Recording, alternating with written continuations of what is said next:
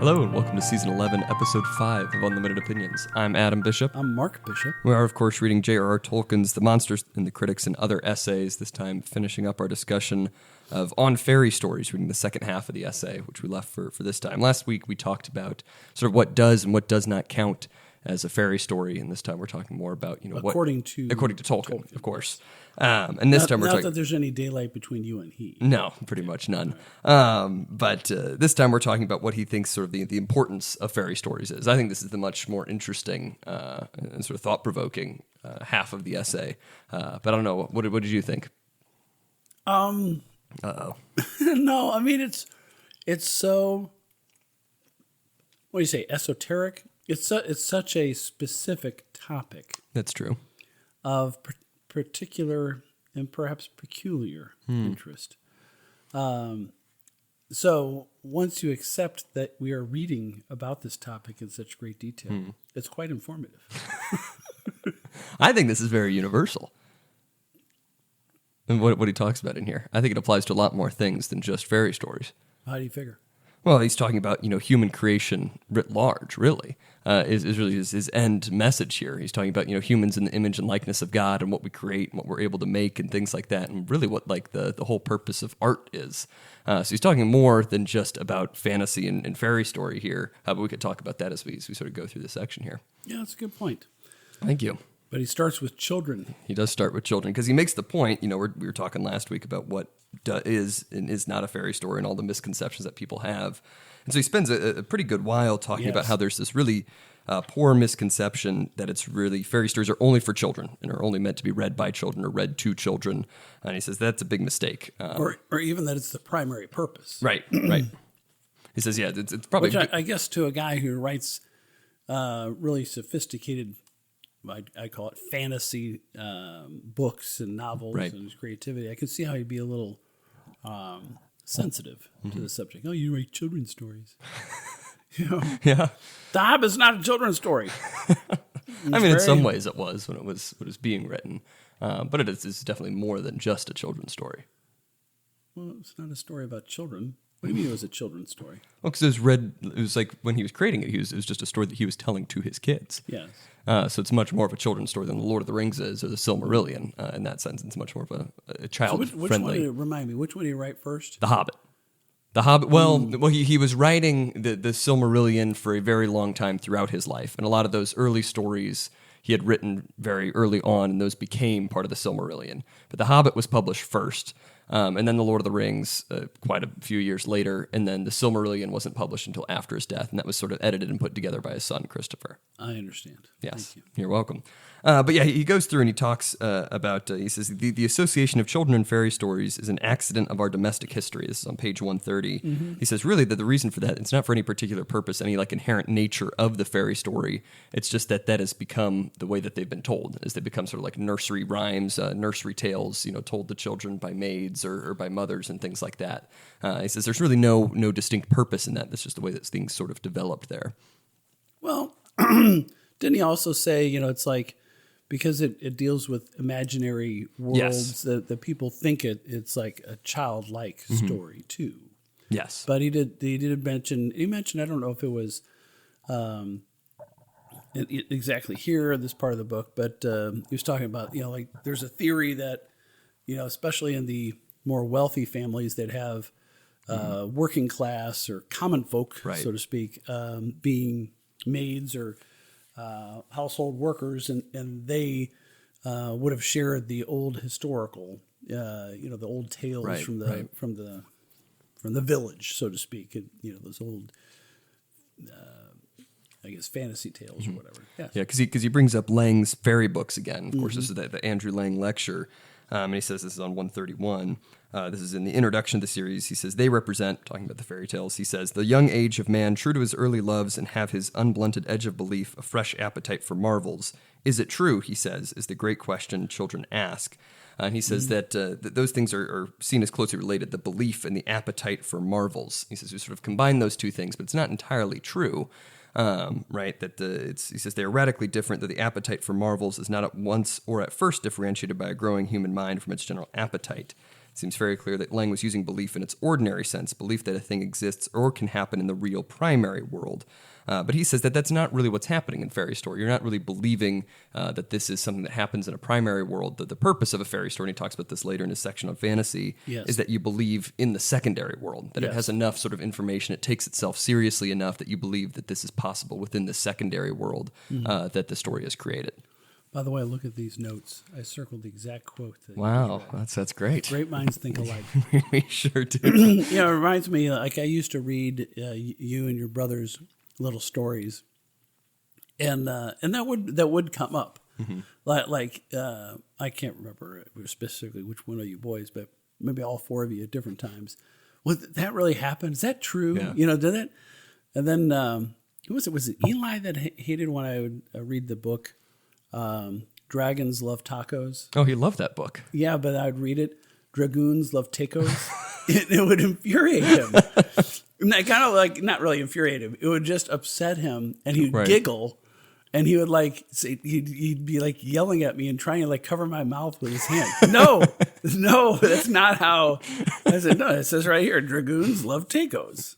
And I don't know why that was so bothered, but I've noticed that, like absurdist pronunciations when small children, they think that's really bizarro and strange and funny and sometimes a little upsetting. So, no, that's not true. That's really funny. But he says, and I never really like this quote, I think this is really core to it, on page 132, it says that what really happens is that the story maker proves a successful sub-creator. He makes a secondary world which your mind can enter. Inside it, what he relates is true. It accords with the laws of that world. You therefore believe it while you are, as it were, inside. The moment disbelief arises, the spell is broken, the magic, or rather art, has failed.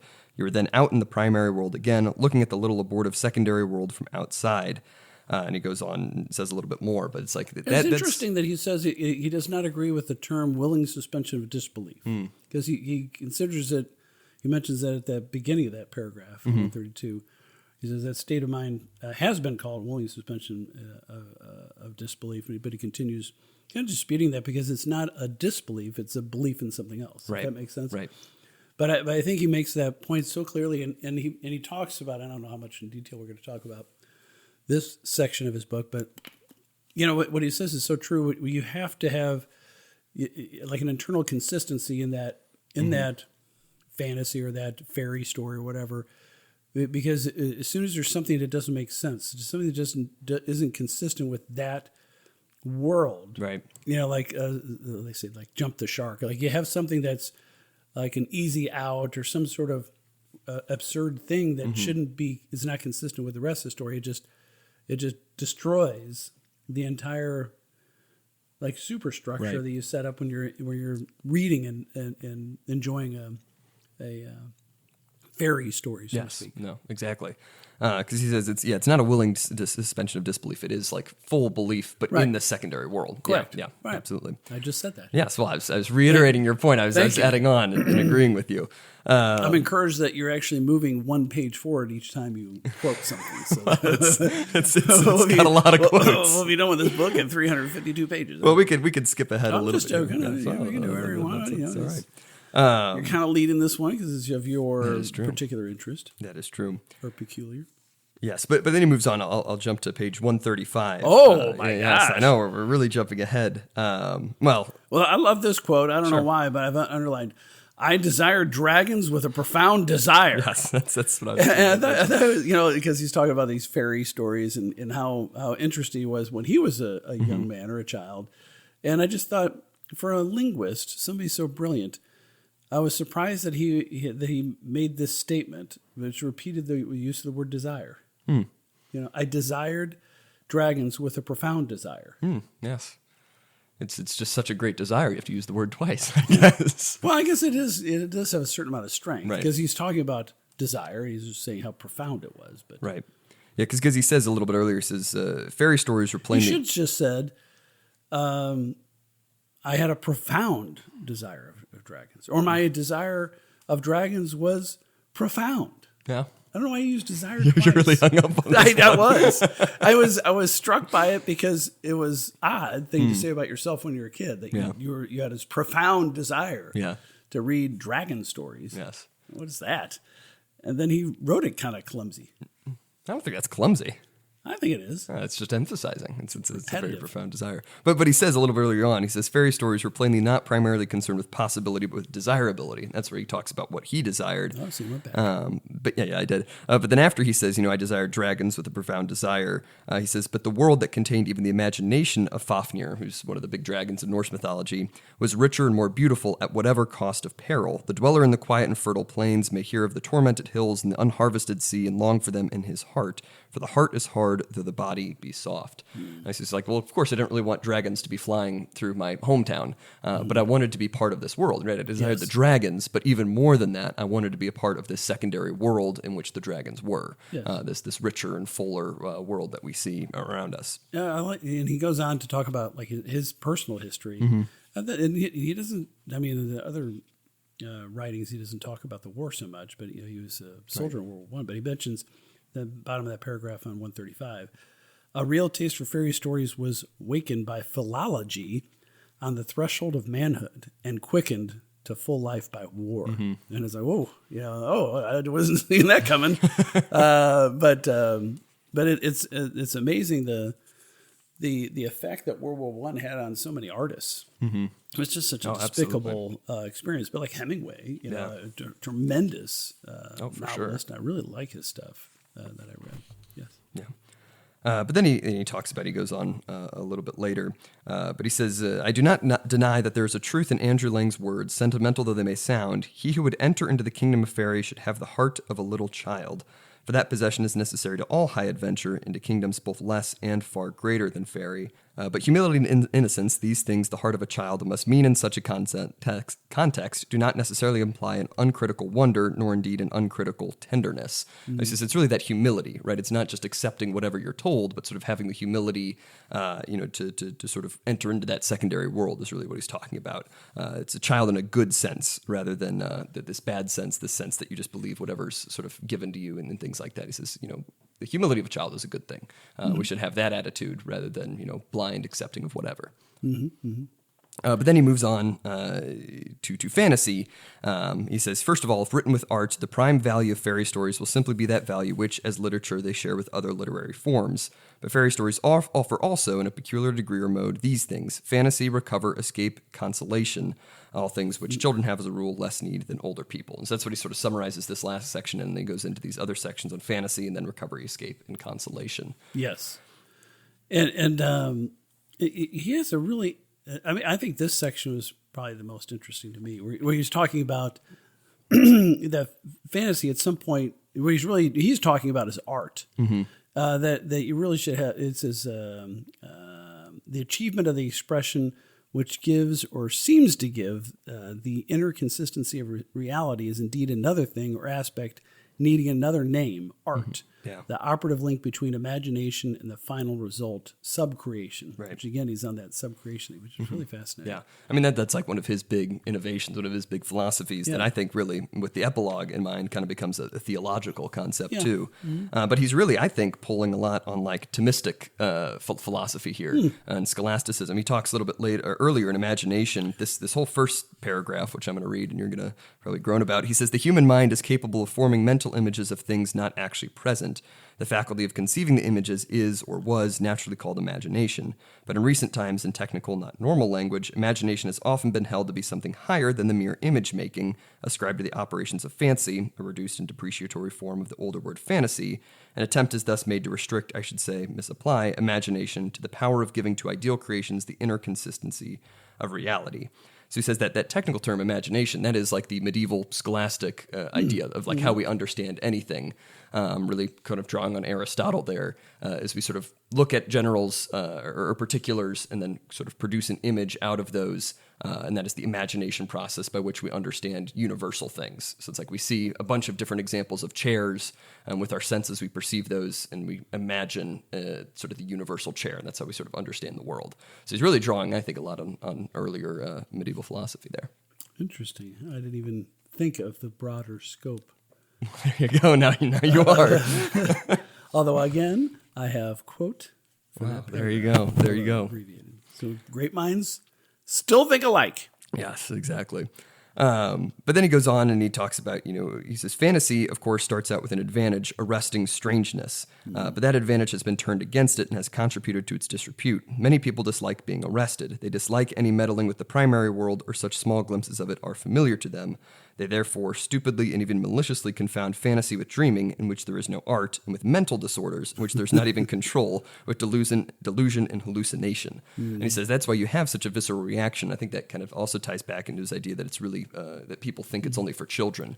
Yeah. Is their sort of idea that you don't want to be arrested, you don't want to be stopped, you don't want to, believe in anything that's sort of secondary. You sort of conflate that with the dreaming or with the mental disorders. That it's something absolutely ridiculous. He continues and he says, it also has another essential drawback. It's difficult to achieve. Yeah. Well, that's true. That is true. Because you really have to be creative. You have to have a new thing, and you have to be. It's new, but it has to be consistent in and of itself. It has to make sense among it and the rules that it is created, and that is a lot more difficult than just to make a story about people, that do things. Right. Yeah, because he then goes on to say, he talked about what we mentioned last week about, the power of language there with like the green sun and things like that. Yes. He says anyone can come up with that phrase, but to make someone believe it is much more difficult. This is on the top of page 140. I'm sorry. No, go ahead. I was a little confused about his kind of hostility towards drama. This is interesting. Yeah, why? I don't quite understand this. I don't understand really what he's trying to say is so much different, because I feel like his books are very dramatic, and they're no, not like a play, like a drama play is what he's talking about. Yeah. The difference between the What's visual. the difference between a drama play and a Well, because what he says is that it's much easier to imagine the things when you just have the words, right? Because then once you have actors performing something in a drama, then you have to come up with costumes, you have to come up with sort of special effects, and all of those things, they can kind of help to help you imagine these things, but more often than not, they're just sort of helping you realize that this is a play, right? You don't actually like go into the secondary world as much as when you're reading something and you're imagining. That makes sense. But when you're watching a play, it's just something entirely different. It's similar to like if you watch the Lord of the Rings movie and you think of Aragorn, you think of what's his face, Viggo Mortensen, right? But I read the books before I saw the movies, and I didn't picture a Viggo Mortensen. I had a completely different visual, and I think that's part of the problem with I don't think you've seen it or watched much of it, but like The Chosen, which is really kind of a well produced, and I enjoyed it. I haven't seen the last season, but now when I pray, I got that dude in my head. What's his name? It really seems like a really nice guy. What's his name? The guy who plays Jesus. I know who you're talking about. So I'm like, and then I think I'm at church and they're reading, the gospel or whatever, and it talks about Peter. Well, I got that other actor in my head, which is and I listened to an interview. What's that guy's name? I know who you're thinking of. Here, I can look it up while you're talking. I was watching an interview of him. It seems like a really neat guy. I mean, I didn't even bet a Tucker Carlson interview. Oh, really? But going into how, Jonathan Rumi. Thank you, Jonathan Rumi. Like I said, it seems like a super great guy, but he talks about, like he started, I think it was a Tucker Carlson, but whoever it was, I have to find it for you, because it goes back, he was an actor, not a very successful one, but a local big church group put on like a Christmas play, and they had him play, or maybe it was Easter or something like that. And so he, as a kind of a side gig, he played Jesus in this this play or whatever, and then it kind of developed in that the same kind of group people that he was doing this for over the years. Then crowdsourced or crowdfunded The Chosen series, and they hired him, and he really talks about how it evolved, where he's really took it seriously, that he's articulating literally the words of God. Yeah. And that's why I really respect him. I mean, hopefully, and he talks about how big of a responsibility it is that he understands that people will see when they pray to God, they'll think of him. Yeah. I mean, the visual, and I agree with what you're saying, the Tolkien's saying, now that you've explained it to me a little bit better, because it really does kind of limit your understanding or your imagination when you're reading something, when you're not reading something, you're seeing it in a movie or in a play. Right. Yeah, because Okay, he very says, at the bottom of 141, he says, drama has of its very nature already attempted a kind of bogus, or shall I say at least substitute, magic, the visible and audible presentation of imaginary men in a story. That is in itself an attempt to counterfeit the magician's wand, to introduce, even with mechanical success, into this quasi-magical secondary world a further fantasy or magic is to demand, as it were, an inner or tertiary world. It is a world too much. So he says you're already believing in a secondary world because you have to believe that the actors you're seeing are imaginary characters, and then if you want to make something fantastical, something, fairy story, you have to have some sort of special effects. So now you're believing that these actors portraying these imaginary characters have some sort of magical abilities. Yeah, so he says it's like three worlds, and it just becomes a little too much sometimes when, as opposed to like reading a book in literature, you can just imagine those things directly. I would say this: the movie, The Lion, the Witch, and the Wardrobe. I think it was fine done or whatever. Completely, I really don't like it. I mean, Really? I really didn't enjoy it. The book, fantastic. But it was too fantastical for a movie to see it. Right. This lion, the lion's talking. It just, and then it just. I don't think you can convert it adequately. Yeah. I actually have that passage circled, there you but go. I didn't quite understand the meaning of it. Oh, well, there you go. Should have put a question mark next to it. I understood that it was important. But then he talks about, so how do we describe this creation of like the secondary world that you're talking about? He mentions the term art again. Yes. Enchantment. Enchantment is sort of the word. Elvish craft, enchantment, fantasy aspires. And when it is successul, of all forms of human art it most nearly approaches. Did I read that right? It seemed like I didn't even get the words out of my head right. Do you want me to read it again just in case? I don't know if that even made sense. Is that grammar? To the elvish craft, Yes. enchantment, fantasy aspires, and when it is successful, of all forms of human art, most nearly approaches. Yes. So That's he says what I said. fantasy most nearly approaches this power of enchantment. It is sort of the best. Did you also highlight that? I don't highlight anything. Well, I know, but yes. You just have it all up in your head? Yeah. Well, I've read this essay many times. But But he says, fantasy is sort of the most powerful form of human art that can do this. It is unlike anything else can achieve this enchantment. He says, to many, fantasy, this subcreative art which plays strange tricks with the world and all that is in it, combining nouns and redistributing adjectives, has seemed suspect, if not illegitimate. But he says, it's not just a lie. It's not just breathing a lie through silver. And he actually quotes a section of one of his own poems, Mythopoeia, which is really good, but I won't read it here. We don't need it. They can look it up. They can Google Mythopoeia. All right. But then he talks about recovery, escape, and consolation all together here. Those sort of last three topics of sort of the purpose of a fairy story. He treats them all together here. And he says, one of the points of fairy story is to help us realize kind of just how beautiful the ordinary world can be. What do you think of his criticism here? He says the analytic study of fairy stories is as bad a preparation for the enjoying or the writing of them as would be the historical study of the drama of all lands and times for the enjoyment of writing stage plays. I think that's pretty true.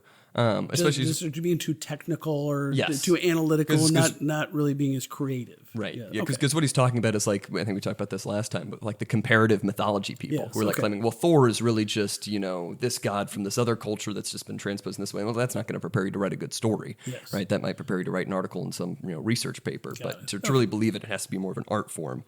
But yeah, he talks about that, and he says recovery, he says, which includes return and renewal of health, is a regaining of a clear view. I do not say seeing things as they are and involve myself with the philosophers, though I might venture to say seeing things as we are or were meant to see them, as things apart from ourselves. And he says, it's part of the purpose of fairy story is to help us realize just how beautiful sort of the things are around us, right? If we read enough about, these sort of the green sun, we can look at the yellow sun and see just how beautiful that really is. Because we've read about this green sun, we can kind of contrast it. And it makes the familiar things a little bit less familiar. And that's a point that Chesterton actually makes in Orthodoxy as well, where he's talking about, it's in the chapter, like the politics of Elfland. He says, like, the river running with wine makes us realize just how special and how beautiful the river that runs with water is, right? And it's like, that's a beautiful thing too. But we just become so familiar with it that we don't recognize the beauty of it so much anymore. I like this quote from his book on 147, where he says, and actually fairy stories deal largely or better ones mainly with simple or fundamental things untouched by fantasy. And he continues on. I think that's so true. Like this, the story, the basic story or the base story of The Hobbit, Lord of the Rings, are dealing with actually fundamentally true and real things, more real than a lot of stories and movies and books actually deal with. It's in a way, it's a way to communicate real moral issues and real challenges in spirituality and all that kind of stuff in ways that is more real than some other ways. So, and he talks about that a little bit later, but I mean, I think he's really kind of drawing on like Augustine there. There's a passage in, I forget if it's I think it's on Christian doctrine where Augustine's talking about signs and like what a sign is. But he's talking about like craftsmen, or maybe this is in the Confessions. Signs, I think this is actually this is in the Confessions. But he's talking about like how humans, like our creation is inherently more limited than God's creation. Like all of our creation is derivative. Yes. And so when we produce something that's really beautiful, we're really only just drawing attention to the beautiful things that are in the primary world. So that's kind of what Tolkien's saying. It's like fantasy is made out of the primary world, but a good craftsman loves his material and has a knowledge and feeling for clay, stone, and wood, which only the art of making can give. And so it like leads to a deeper appreciation of the real world. And we're taking these concepts or these things and putting them in the secondary world. And then he goes on to kind of really quickly moves on to the other two subjects, unless you have to. No. Escape and consolation. So, and it's not just, escapism, but he's let's see. And what the misusers of escape are fond of calling real life, escape is evidently, as a rule, very practical, maybe even heroic. In real life, it is difficult to blame it unless it fails, et cetera, et cetera. So he goes on this rant, which I'm tempted to read to the listener, which is like several paragraphs long about the robot age. He's in caps, and again reiterating we've talked about this in previous seasons about how he says, where's that quote? The notion that motor cars are more alive than say centaurs or dragons is curious. They are more real than say horses is pathetically absurd. How real, how startlingly alive is a factory chimney compared with an elm tree, poor obsolete thing, insubstantial dream of an escapist. And he has an exclamation mark.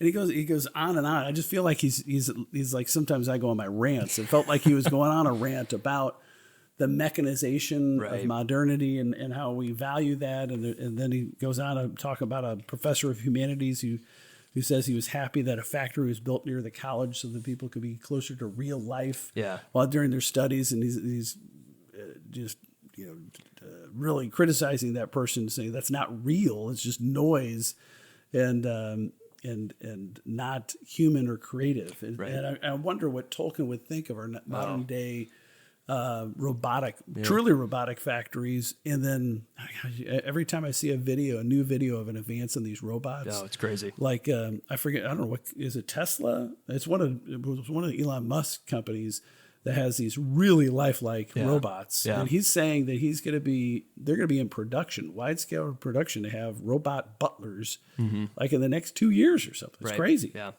But he says, and I think bought some Tesla stock. Oh, there you go. Because I know all you bastards are going to want you to buy your own robot. Every one of you are. We're going to be the only family. And if you ever get a robot, I don't even like those Zumba or what are they? Roombas. Zumba's a like dance exercise. I don't care what the buzz are. You better not have any of that stuff in a house when I walk in, because I'm going to come in with a sledgehammer. Oh my gosh! If you ever get married and have kids, you'll know to hide the robots when Grandpa comes over. But he says, and I really like this quote, and this is the one that I've brought up multiple times, but he says, the maddest castle that ever came out of a giant's bag in a wild Gaelic story is not only much less ugly than a robot factory, it is also, to use a very modern phrase, in a very real sense, a great deal more real. And I just presented that paper pretty much on that exact phrase there. And that's why it sounded so familiar to me. Yes, because that was the paper that I presented back in March, talking about that and going into the medieval philosophy that relates to that. But I was thinking I already read all this. But I think, really a big part of what his point is that, the fairy story in a way just tells us much more. There's much more meaning inherent in that than there is in the factory, right? Because it's in his sort of like philosophy or theology, really. It's like the factory, as we continue to automate dominate things, we're getting farther and farther like away from God in a way, because like human subcreation mirrors the creation of God. But if we're sort of just allowing our subcreation just to be handled by a robot, and then that robot's just making other things, we're just moving farther and farther into artifice and away from actual creation. And that's why it's much less real, because it's just so divorced from like the highest reality that there is. Yes. But then he continues he always continues.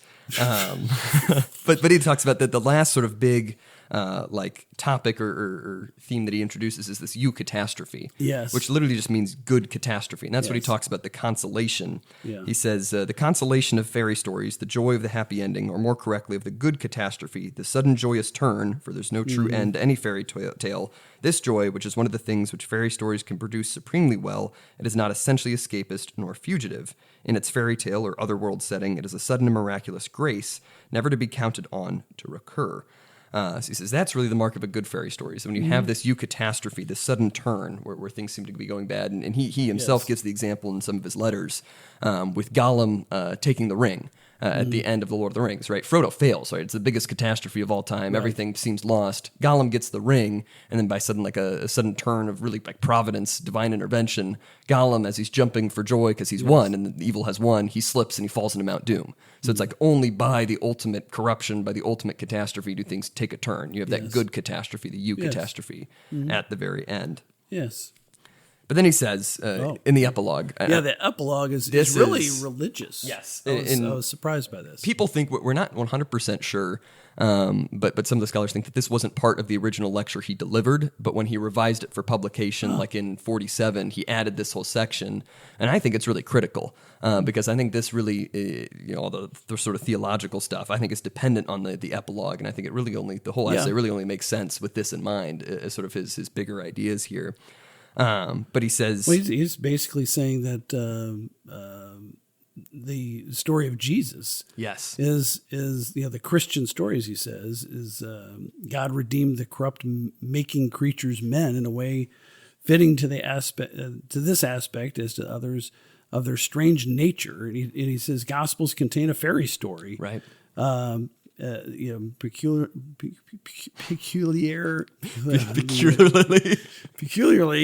artistic, beautiful, and moving, mythical, and he's right about that. And it's of course we've talked about that with what's his name, Campbell, about the hero story where the hero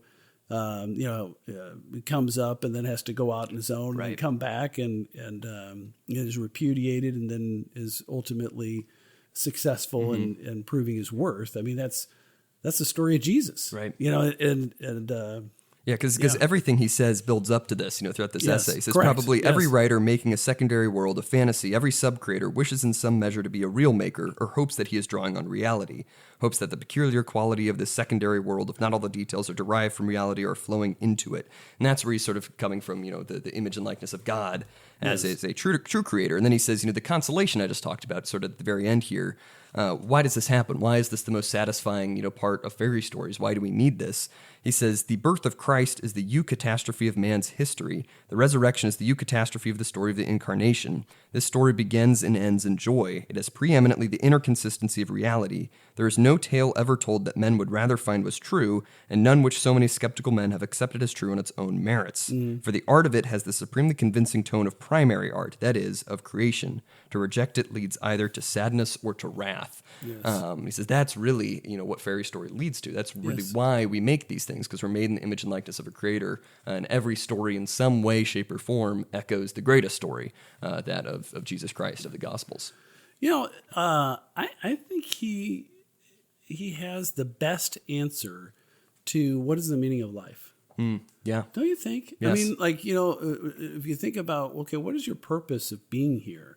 Isn't it to be creative in some way, positively creative, not just like to create disasters and mayhem or aggrandizing power or something, but it's to be creative and to be in the image of God as a sub-creator, don't you think? Yeah. I mean, I think it's really profound. And I've been thinking about that since we read that Austin Freeman's book, Tolkien Dogmatics.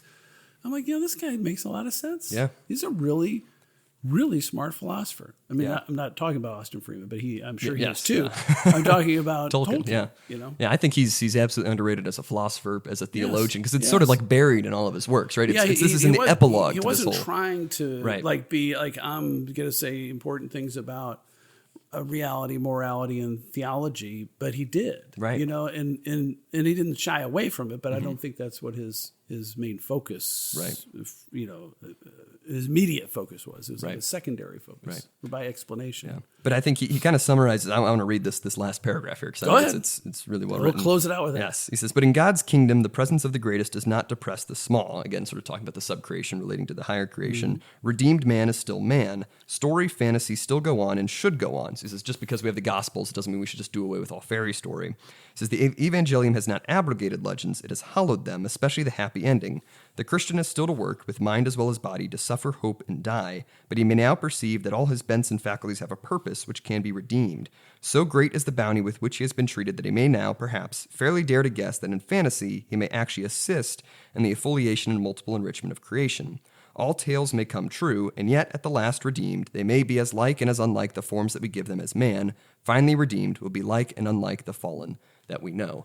He says that it's so good to make fairy story, to make fantasy, because you're sort of helping draw others to this higher creation, right? You're sort of participating in bringing, God's creation to other people, leading them to these greater stories, leading them to deeper appreciate sort of reality around them. And that's really what fairy story is for. That's what fantasy is for. That's why we are made in the image, or that's why we have, these sub-creative tendencies. That's why we have language, I think is really what he's saying. Yeah. Ultimately. Sort of this is the highest use of language, the highest use of art, is to lead other people to God.